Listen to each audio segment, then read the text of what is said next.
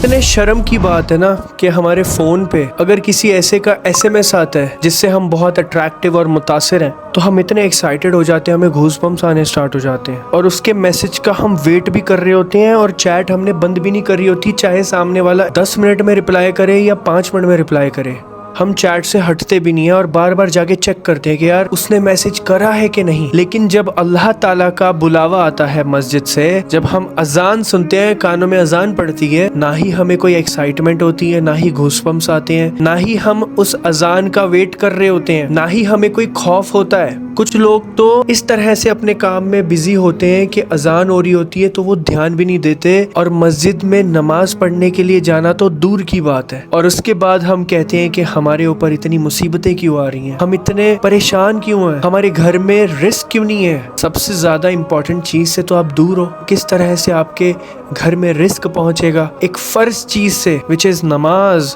اس سے دور ہو۔ کوئی کہہ رہا ہے کہ میں کالج میں ہوں، میں پڑھ نہیں سکتا نماز، کوئی کہہ رہا ہے میں آفس میں ہوں، میں تب نہیں پڑھ سکتا نماز۔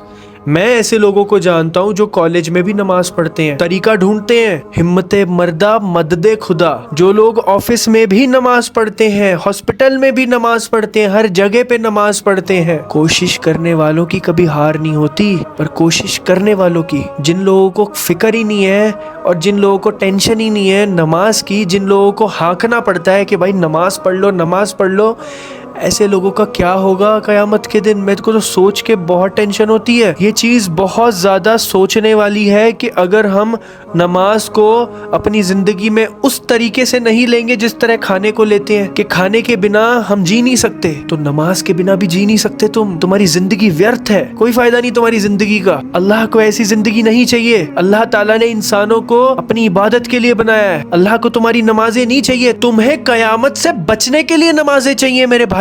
تمہاری ضرورت ہے، اللہ کی ضرورت نہیں ہے۔ اللہ نے تو قرآن میں واضح فرما دیا ہے، میں نے اکثریت انسان اور جنات جہنم کے لیے پیدا کیے ہیں، اور تمہیں اگر جہنم میں جانا ہے تو تمہاری مرضی ہے میرے بھائی، کوئی مسئلہ نہیں ہے۔ مزے کرو زندگی میں، یہ دنیا تمہاری ہے، پھر تمہاری ہی ہے دنیا، مزے کرو، انجوائے دا دنیا گائز، ہیو فن۔ السلام علیکم۔